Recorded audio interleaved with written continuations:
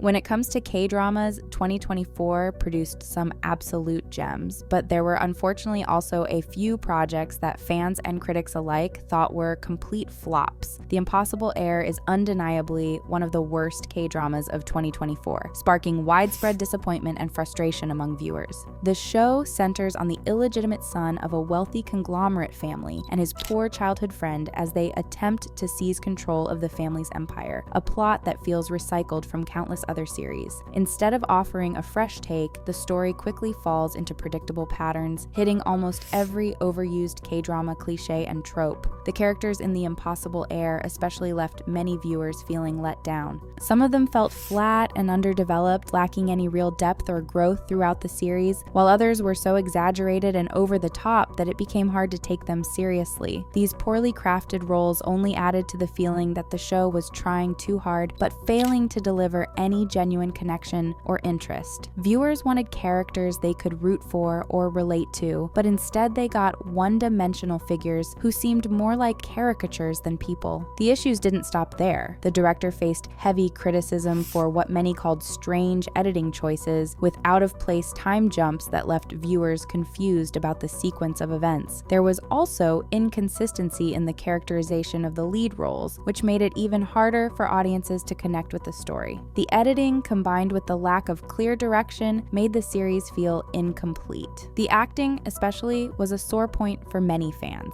In a review, Medium went as far as to call the performances almost awful, with harsh feedback directed at the show's female lead, Hong Soo-joo. Netizens pointed out her awkward pronunciation and stiff expressions, which didn't help her character come across as relatable or compelling. A video compilation of her bad acting moments even went viral online, and some viewers admitted to giving up on the show because of her lacking performance. The backlash grew so intense that Soo-joo's character earned the label of the most useless K-drama female lead, as fans struggled to find any redeeming qualities in her role. Adding to the disappointment, The Impossible Heir came with a shocking production budget of around $17 million.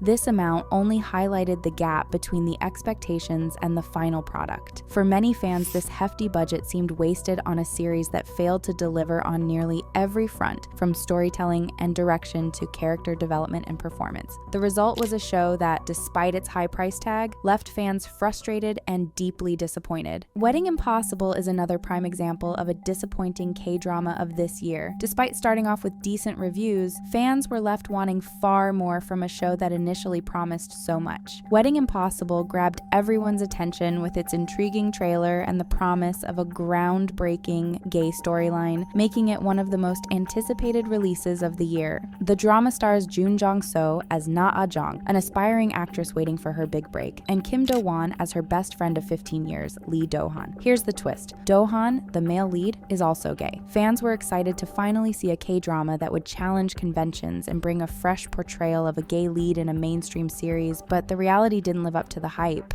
The story soon transforms into a fake marriage plot where Do-han marries Ah-jong to keep his parents happy. Things get even more tangled when Do-han's brother, played by Moon Sang-min, enters the picture, creating a web of lies that only gets messier. Initially, viewers were willing to overlook some flaws, impressed by the characters' chemistry and the occasional plot twist. However, as the series continued, it fell into an endless loop of overused tropes and cliches that quickly wore out its welcome, leaving many feeling the story dragged on far too long. But the biggest disappointment was the show's treatment of Do-han's character. Despite the initial excitement over a gay male lead, the series barely scratched the surface of his storyline. Fans who were hoping for a groundbreaking, honest portrayal were left disappointed, as the show barely touched on his identity or struggles. In the end, Wedding Impossible missed its chance to make a lasting impact on Korean television, leaving fans disappointed by its unfulfilled promise. Moving on, Queen Wu may have dominated headlines, but it's widely considered one of the worst K-dramas of 2024 due to its controversial approach and questionable choices. For many Korean viewers, the excessive skinship scenes, explicit LGBTQ+ themes, and obvious historical inaccuracies made the show feel more like a sensationalized spectacle than a respectful portrayal of the past. The story centers on Queen Wu's attempt to secure the throne within 24 hours, surrounded by rival princes and tribes. However, what could have been an engaging historical drama quickly became overshadowed by unnecessary skinship scenes that seemed out of place for a historical setting. For instance, a sapphic skinship scene featuring Wu's Sun and the shaman Sabi sparked a lot of public backlash. In conservative South Korea, where LGBTQ+ themes are still sensitive and rarely explored in mainstream media, this bold portrayal shocked many viewers and led to heated online discussions. Many felt the scene was overly explicit and questioned whether it truly contributed to the story or was just added for shock value. Adding to the criticism was the historical inaccuracy throughout the series. Although the production team claimed to have consulted historical experts, fans noticed that the costumes appeared heavily inspired by traditional Chinese styles instead of authentic Korean hanbok, which would have been appropriate for the Goguryeo era. This creative liberty didn't sit well with many viewers who felt the show strayed too far from Korean historical roots, weakening its cultural authenticity. While the production team clearly invested years of effort into creating Queen Wu, these choices ultimately led to a mixed reception. Instead of being celebrated as a groundbreaking K-drama, Queen Wu became known for its controversies, leaving many viewers disappointed. Not to mention the drama ranked first in a poll regarding the worst K-drama of the year. This ranking was decided by television employees, production companies, and reporters, so they definitely know what they're talking about. Another drama that everyone seemed to hate this year is The Escape of the Seven: Resurrection. Industry insiders ranked this K-drama as the second worst show of the year, and fans definitely agree. With a massive budget of 46 billion won, fans expected this drama to become a hit, but their hopes were shattered very quickly. The show, which aimed to capture the shock factor of Penthouse, fell short on nearly every front, leaving viewers feeling let down and exhausted by its incoherent storyline and recycled tropes. One major factor that contributed to its low ratings was the overly familiar cast, with actors like Am Ki-joon typecasted in roles nearly identical to those they played in Penthouse. While these familiar faces might have initially drawn in fans, the lack of fresh casting made it difficult for the show to feel new or exciting. Audiences expected a bold, fresh take, but instead, they were served a near repeat of the Penthouse formula, which quickly got old. The show's overly complicated storyline didn't help either, as the story was centered on confusing themes like deepfake technology. This high-tech focus felt out of place for many viewers, particularly older audiences who found it hard to follow.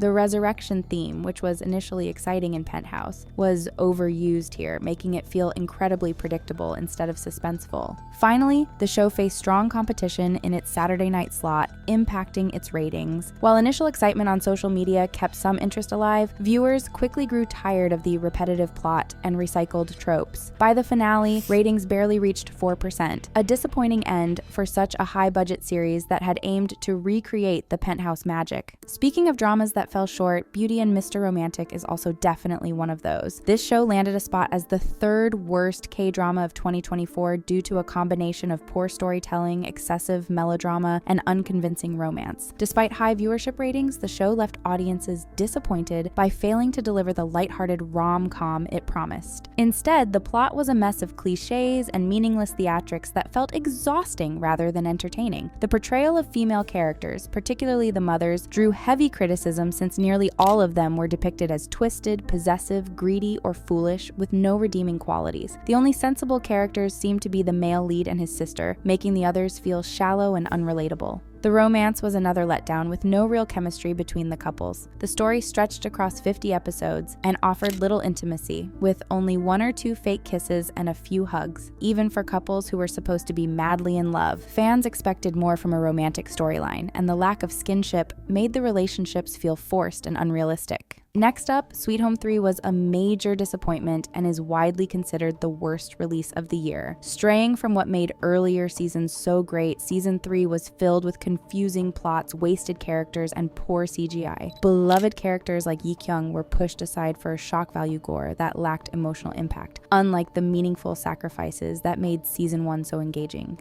Moreover, fans believed that the CGI was especially bad, and it made the monsters look more fake and unconvincing than ever. Not to mention that continuity issues and plot holes piled up, frustrating audiences even further. A scene where 3 soldiers are hanging above a monster pit is a prime example of this. One soldier falls and another is shot down, yet the fate of the third is never clarified. Similarly, the monster daughter's abilities were confusing, making her arc inconsistent and leaving fans puzzled. As the cherry on top, Song Kang's performance faced criticism for being stiff and emotionless, with fans going as far as saying his looks were the only redeeming aspect of his role. In the end, Season 3 felt like a low investment cash grab, prioritizing shock value over storytelling. Lastly, let's go back to a drama that aired at the beginning of this year. It's undeniable that Goodbye Earth was one of 2024's most disappointing K-dramas. Highly anticipated due to Yoo Ah-in's lead role, the series hit trouble right away when Ah-in tested positive for illegal substances, delaying the release until April.